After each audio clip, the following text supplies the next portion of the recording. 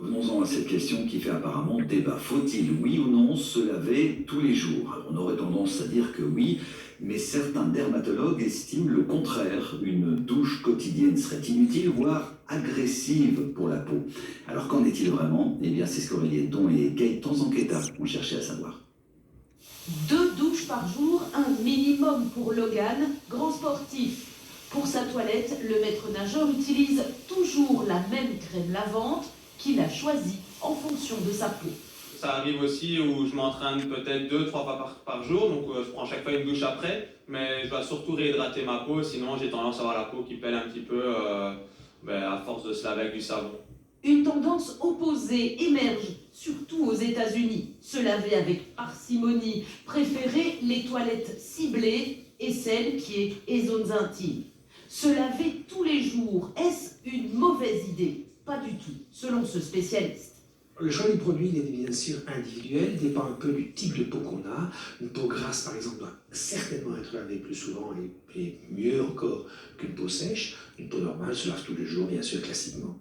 Le tout est de respecter le pH, potentiel hydrogène, en moyenne 5,5 car la peau est un peu acide. Éviter les produits basiques qui décapent comme les vieux savons à la soude. Pour les adeptes de fond de teint et des fards, un geste essentiel en matière d'hygiène, se démaquiller le soir. L'idéal, une eau micellaire. Cela permet notamment d'éviter l'acné cosmétique. La peau se régénère essentiellement la nuit, et donc s'il y a encore de la pollution ou du maquillage sur la peau, eh bien les pores sont obstrués et la peau ne pourra pas respirer correctement, ce qui provoquera un vieillissement précoce de la peau, des rides et parfois aussi de l'acné suite à trop de cosmétiques sur le visage. Et pour les cheveux, faut-il espacer les shampoings pour éviter de précipiter leur chute et de les rendre encore plus gras? Eh bien, c'est un mythe. C'est complètement, je vais dire, farfelu.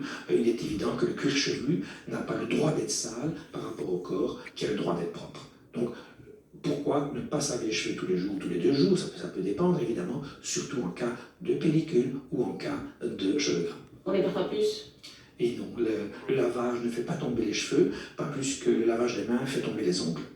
Des produits simples, au pH adapté, sans excès, voire à l'eau claire, du bon sens au service de la peau, un organe à part entière.